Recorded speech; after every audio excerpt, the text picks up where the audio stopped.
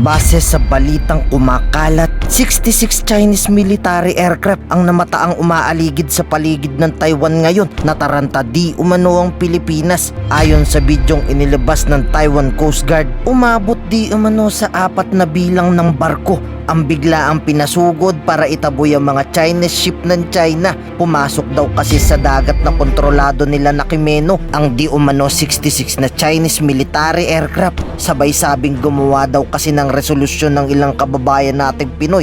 Idedeklara ang buwan ng Hulyo bilang Pride Month ng West Philippine Sea laban sa China. Ito po yung ginawa namin na isang joint resolution na ipapasa po natin sa mahal nating Pangulo sa Palasyo ng Malacanang upang ipanawagan sa kanya na gawin pong West Philippine Sea Awareness Month ang month of July. Pero ayon kay Congressman Rodante Marcoleta, masyadong mahalaga ang buhay ng mga Pilipino para isabak sa gera laban sa China.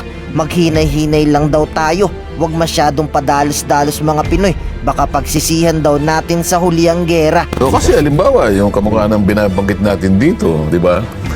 Yung pinag-aawayan lang naman natin sa pagitan natin at saka nung China ay 6 na maliliit na pulo. Opo. Yung iba nga, hindi pa nga island ng kategory. Mga shoal lang, yung mga reefs eh. Opo. Di ba? Bahura, iba pa, oh. Ano sinabi natin? Pag pinagsama-sama natin yung 6 na features na yon sa West Philippine Sea, 15,000 hektarya lamang yan. Na kung ikukumpara mo naman sa kalaki ng bansa natin, 30 million hectares tayo. Opo. Kaya nung kwentahin natin yan ba pagsisimula ng away ng dalawang bangsa, 15,000 hektarya lang ang pag-uusapan natin dyan? Para malaki pa Quezon City ata doon ko. Kasi laki lang ng Makati. Oo, Makati area. Yan bang pagmumulan na halimbawa ng digmaan sa pagitan ng dalawang bansa? Sa akin palagi naman kapag tinignan mo yung hindi natin sinasabi na maliit man o malaki, kung pinag-uusapan naman ay karapatan ng isang bansa, hindi natin sinasabing walang halaga yun. Opo. Pero sinasabi lang natin, ginagamit natin parang paraan ng pagsusuma, talagang maliit lang naman na ang sakop ng mga features na yun sa South China Sea. Oho. Isama lang pinag-uusapan natin kasi laki ng Palawan. Halimbawa. Ayan, opo. Maliwanag naman na isang mahabang probinsya yan. Hindi. Tuldok-tuldok lamang yung mga yun eh. Oho. Nako. Tignan natin siguro kung ano ang mangyayari ukol sa bagay na yan. Kasi mukhang ang pinag-uusapan na ngayon nasa, di ba? Missile na eh. Merong isang hypersonic missile daw. Yung kabila naman ay BrahMos missile naman daw posibleng pantapat natin. Mantakin mo parang napipintura talaga ang gera sa Pilipinas kong eh. Nakakapangamba na po ito. Hindi ko alam kung sino nagpapalutang ng mga yan, pero very irresponsible naman kapag pinipilit nilang ibuyang yan sa publiko, yung mga bagay na ganyan. Imbes na pag-usapan yung mga bagay na ikapapayapa ng loob ng bawat isa, sana yung mangibabaw din, ano? Opo. Lahat ng Pilipino na nagmamahal sa kanyang bansa, Opo. pwede siyang gumawa, maging opisyal man o sa personal na capacity niya kung meron siyang naiisip na magagawa. Halimbawa, yung marami naman sa atin may mga kamag-anak tayo na Filipino-Chinese. Ayun po naman. O lalong-lalo na yung Filipino-Chinese, may kamag-anak sa China mainland, mainland China. Yung bang tinext mo yung kakilala mo o kaya naman tinawagan mo? Opo. Ipinakilala mo at pinaalam mo yung concern ng bawat isa. Hindi lamang sa panig ng Pilipinas, maring concern din ng mga kaibigan natin sa ibang bansa.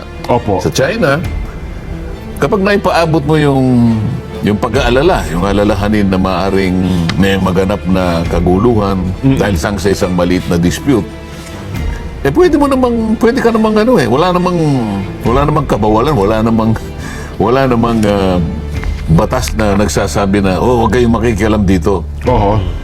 Katungkulan at saka karapatan ng bawat isang mamamayan na makagawa ng sarili niyang pamamaraan para makatulong sa kanyang bansa. Ayun, oho.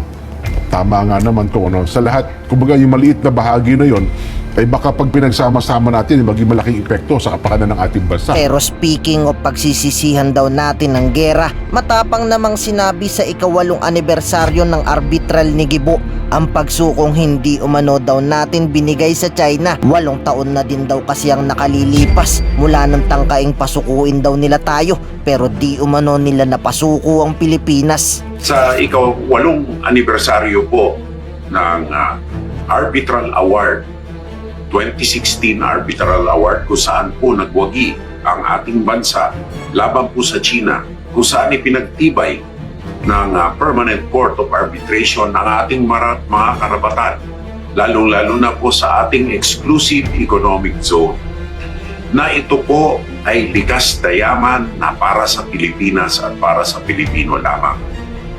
Ito pong award po na ito ay isinasapuso po ng bawat miyembro ng ating kagawaran ng tanggulang pambansa. Lalong-lalo na po ang ating mga kawal na nasa LS-57 BRP Sierra Madre. Sapagkat ang mga gawaing ito ay isinisigurado lang po na para sa Pilipino ang likas na yaman sa ilalim ng karagatan ng West Philippine Sea. At gamitin ito para sa ating henerasyon at sa mga susunod na henerasyon upang mapayaman, maging matibay at matatag ang ating bansa. Kaya po hindi po ito biro-biro, hindi po ito salita lamang. Ginagawa po namin araw-araw, pinagsisikap po namin na mapangalagaan ng teritoryo at sovereign rights ng ating bansa upang makinabang ang Republika ng Pilipinas at hindi anumang ibang bansa sa likas na yaman na itinatag ng international law sa ilalim ng recognized na batas na kinikilala ng maraming bansa, hindi tulad po ng naratibo ng ibang mga bansa na sila lang po ang naniniwala. Kami po ay nananalig na nasa likuran niyo po kami sapagkat para sa ating mga kababayan po itong ating pinaglalaban at kung ano ang pinagwagi natin ngayong araw na to, kinikilala po natin at isinusulong po natin. Sana po pagtibayin pa po natin ang pagkakaisa ng Republika ng Pilipinas sa likod nitong Arbitral Award, sa likod ng international law at sa likod na siguraduhin ang likas na yaman ng Pilipinas ay para sa Pilipino. Salamat po. Ngayon, ikaw bilang Pilipino, ano ang masasabi mo at reaksyon sa balitang ito? Mag-iwan ka ng komento sa ibaba at atin pong babasahin isa-isa.